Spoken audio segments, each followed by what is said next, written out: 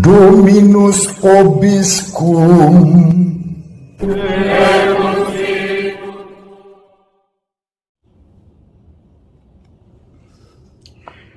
Sahabat peradaban kasih ekologis yang terkasih, selamat berjumpa dalam renungan harian bersama saya melalui channel ini. Semoga panjenengan senantiasa berlimpah berkat.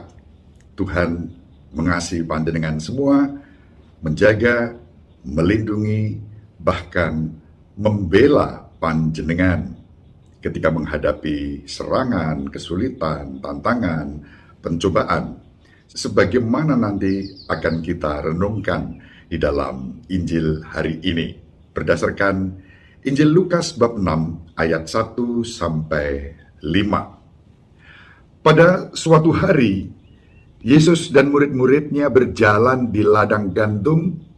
Para murid memetik bulir-bulir gandum, menggisarnya dengan tangan, lalu memakannya. Tetapi beberapa orang Farisi berkata, "Mengapa kalian melakukan sesuatu yang tidak diperbolehkan pada hari Sabat?" Maka Yesus menjawab, "Tidakkah kalian baca apa yang dilakukan Daud ketika ia dan para pengikutnya lapar? Ia masuk ke dalam rumah Allah dan mengambil roti sajian. Roti itu dimakannya dan diberikannya kepada para pengikutnya. Padahal roti itu tidak boleh dimakan kecuali oleh para imam." Dan Yesus berkata lagi, "Anak manusia adalah Tuhan atas hari Sabat."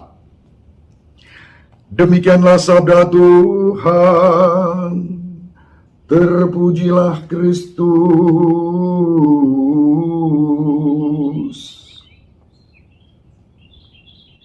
Sahabat peradaban kasih ekologis yang terkasih dalam Kristus, orang-orang Farisi memegang hari Sabat sedemikian kuat, ketat, bahkan kaku.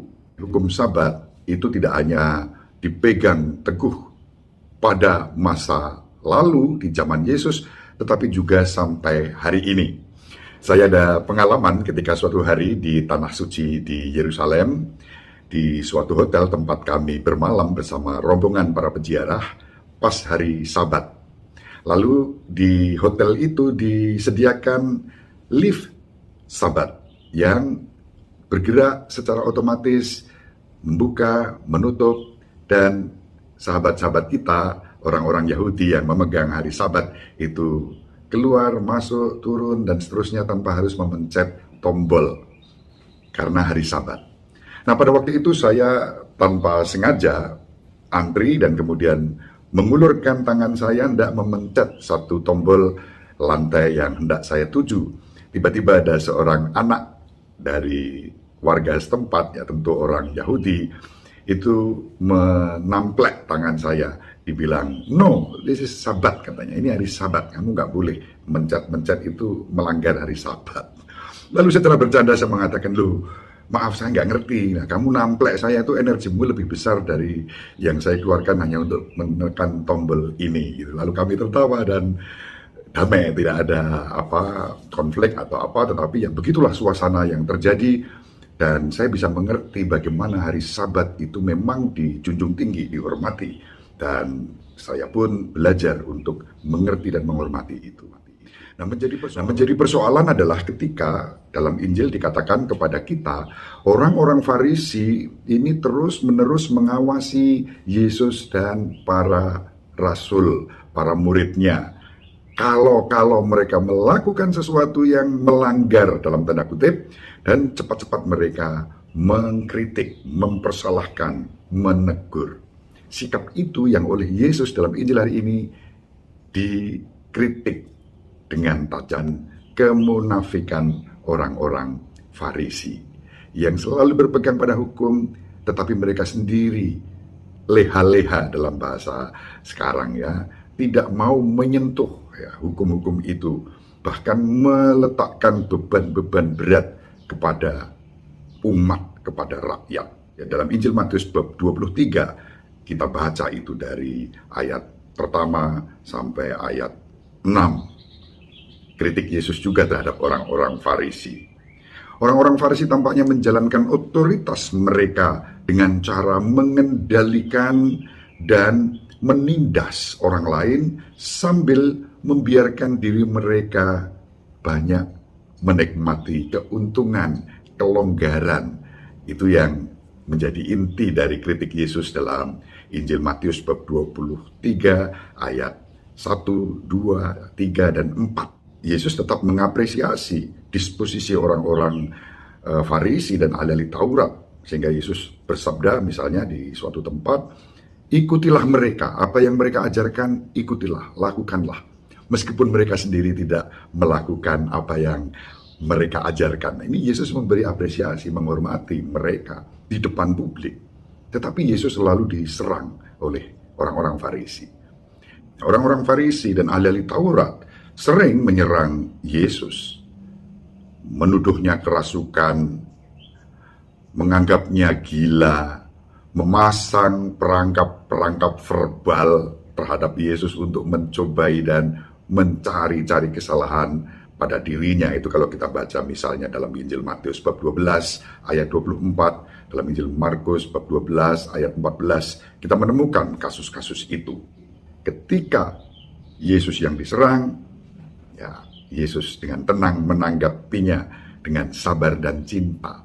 Tetapi ketika para murid yang diserang, Yesus membela mereka. Sahabat peradaban kasih ekologis yang terkasih, di sini kita bisa merenungkan kesederhanaan hati para murid bersama Yesus dan kontras dengan kemunafikan orang-orang Farisi. Syukur kepada Allah, kita berjumpa dengan Yesus yang membela para muridnya, dan kita juga boleh percaya bahwa sampai hari ini pun Yesus membela kita. Sudah kita renungkan bagaimana Yesus mendoakan kita jauh hari sebelum kita mengenal dan mengimaninya, dan iman kita kepadanya akan mendatangkan berkah yang berlimpah-limpah, dan di saat-saat kita mengalami kesulitan, Yesus membela kita. Maka sesuai dengan tema Bulan Kitab Suci Nasional tahun ini, di bulan September ini, Yesus sungguh-sungguh menjadi sahabat perjalanan kita yang menjaga, melindungi, dan membela kita. Demikian yang bisa saya tawarkan sebagai bahan permenungan untuk hari ini. Terima kasih, semoga bermanfaat. Ibu Maria mendoakan kita. Bapak Yosef merestui kita dengan keheningannya. Semoga panjenengan semua bersama seluruh anggota keluarga dimanapun berada, dibimbing, dilindungi, dan diberkati oleh Allah yang Maha Kuasa, Bapa dan Putera dan Roh Kudus. Amin. Terima kasih, salam sehat, tetap semangat, jangan lupa bahagia.